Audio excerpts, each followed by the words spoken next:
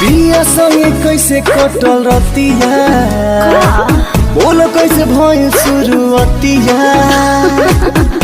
सब बताओ तानी बर्दाश्त करा।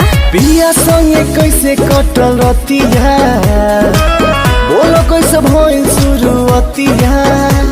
अरे ओठ से ओठ सटा के हम क्या पांचा धरत रहे कि बलब भुक भुक कि बलब भुक भुक करत रहे करे जवान भुक भुक करत रहे कि बलब भुक भुक करत रहे करे जवान भुक भुक करत रहे।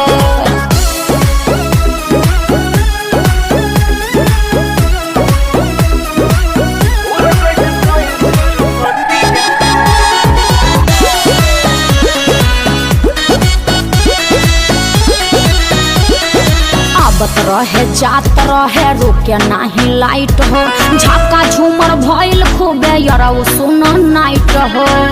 अरे हमार तो हालत खराब रहे खूबे मजा लागता कि पियावा संगे पहलू हो पहले रहलो तो बरगोरी अब तू चिकन आइलू हो। सुनो ना अरे केतनो मनाई माने न बतिया रात भर लड़त रहे कि बलब भुक भुक कि बलब भुक भुक करत रहे करे जवान भुक भुक करत रहे कि बलब भुक भुक करत रहे करे जवान भुक भुक करत रहे।